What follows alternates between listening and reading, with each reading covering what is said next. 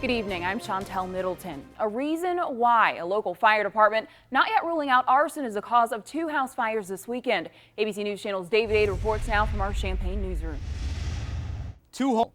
David, thank you. Now come tomorrow, the Danville Fire Department will begin investigating the cause of those fires.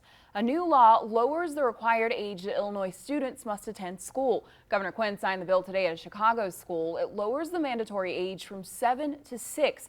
Quinn says the bill will help students get an early start on their education. In about half the states in the country, the mandatory age is already 6. It's not every day that you find an arrow lodged into your home. A woman in Springfield says it happened to her last week. Tonight, she's wondering why officers have not yet made an arrest. ABC News Channel's Glenn Marshall spoke with that woman. Glenn.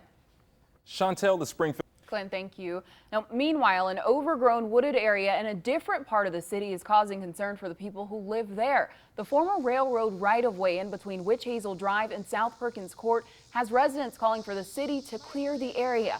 They have concerns about overgrowth, about animals living in the area, trash dumping, and dangerous terrain. Mostly, though, they worry about the thick woods hiding criminal activity. Anybody know it. The city cleaned up the north edge of the woods this past winter and has plans to do more later this year. Public Works Director Mark Mahoney said he and Alderman Gail Simpson have already extended an invitation to residents to sit down and discuss the work. Thank you, Christina. Just throw it in the bag. Picking up neighborhood garbage now officially part of a Springfield church's outreach. Calvary Temple Church helped with cleanup in the Enos Park area. About 50 to 70 volunteers cut down trees and picked up litter in the neighborhood. The Calvary congregation brought their own gloves and chainsaws. They're hoping this will encourage folks in that area to take more pride in the neighborhood. I think it will show the good. Now it's Katie Bliss. She tells us some of the properties that they cleaned up belong to Calvary Temple Church members. This is the second outreach program the congregation helped with this weekend. Just yesterday, they joined hundreds of others in the God Belongs in Springfield prayer walk. Still ahead on Nightside. Many of us are struggling just to pay the bills, but our congressmen, on the other hand, are enjoying all kinds of perks. We tell you what they are. We return a lot, even our special teams, our kicker, our kickoff kid, all our returners. Our countdown to high school football season continues with a look at Monroe Forsyth and the Trojans, who are loaded once again. Jeremy Rao has a story later in sports. It has been a rough summer for many families across America. Sequestration led to furloughs, meaning less money for many. So what about the lawmakers who could have prevented it? As John Humbert reports, they seem to have it pretty good. These days being a... That was John Humbert reporting. The U.S. Bureau of Engraving and Printing is known for making money, but now it's accused of wasting it. The Inspector General for the Treasury says it's possible that the Bureau gave away $80 million on a government contract. Burson Marsteller, a Washington-based public relations firm, was hired to help teach others about the changes being made to the design of money and how to help fight counterfeiting. According to the Inspector General, there's no telling how that money was spent. There was no certain amount.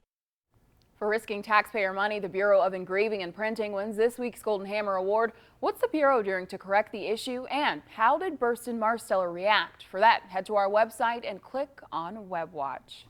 In Mother Nature's defense, it is late August, so that explains maybe why it's going to get hot, but it's going to get pretty hot. Yes, actually, we are committed to telling relevant and meaningful stories that impact your lives. That's why we want to hear from you. Please go to our website, WICS.com or WICD15.com, and click on our news survey and share your thoughts with us.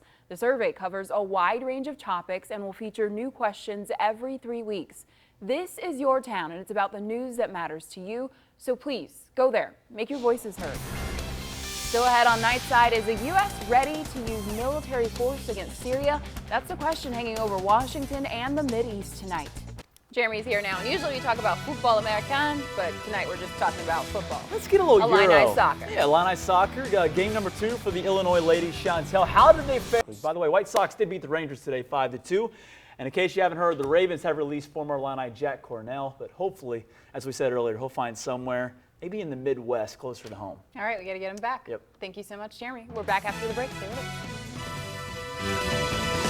us. Jets.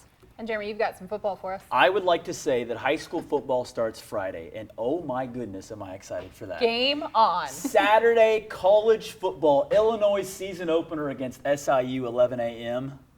it all starts. Finally, football. Thank you, Jeremy. All right, we want to see your football pictures, so start posting them online Get so them we in can here. start sharing them. That's it for us on Nightside. Sunrise this morning starts tomorrow at 5 a.m.